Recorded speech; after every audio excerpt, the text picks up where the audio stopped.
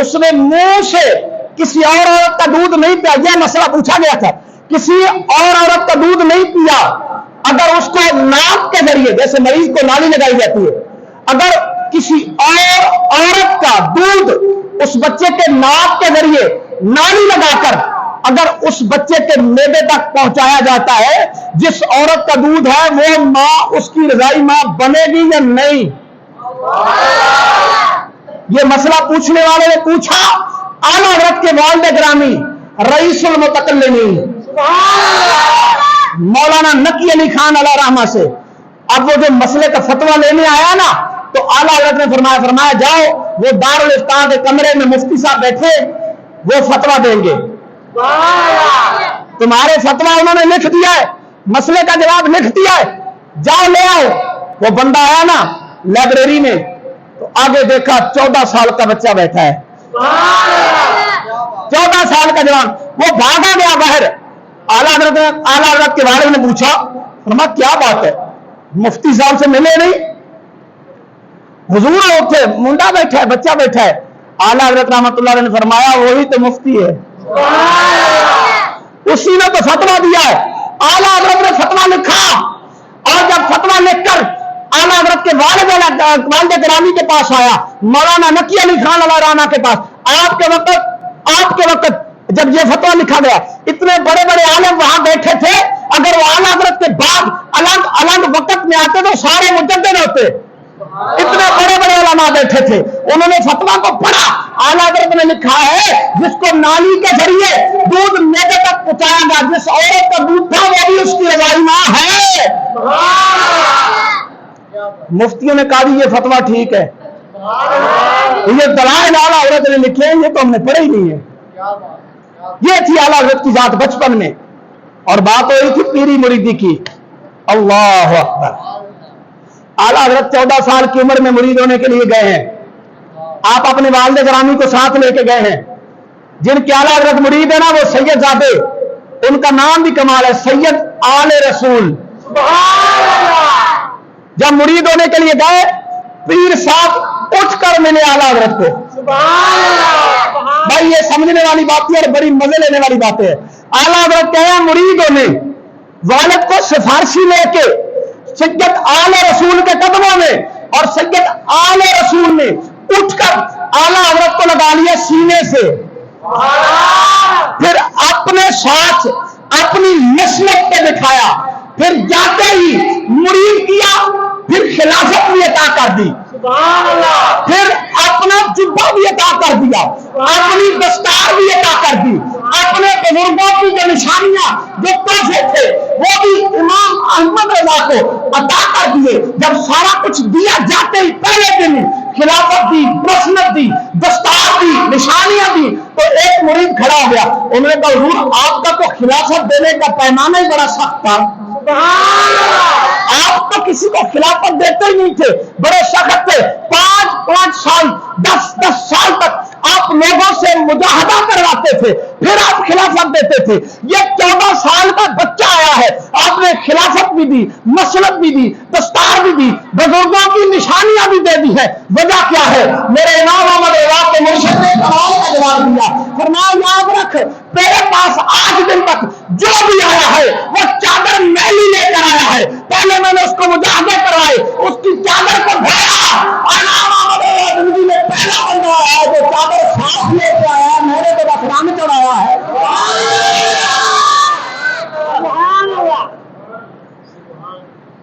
فرمایا پہلے میرے پاس جو بھی آیا ہے آج تک وہ چادر میلی لے کے آیا ہے.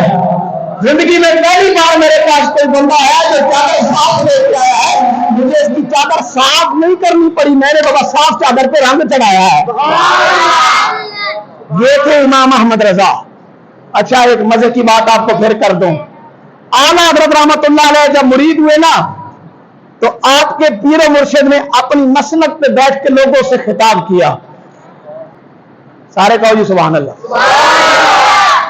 اعلیٰ حضرت کے پیر و مرشد اپنے مریدوں سے خطاب کر رہے، فرمایا ساری زندگی ایک سوال میرے ذہن میں رہا، آج احمد رضا میرا مرید ہوا ہے تو سوال کا جواب مل گیا.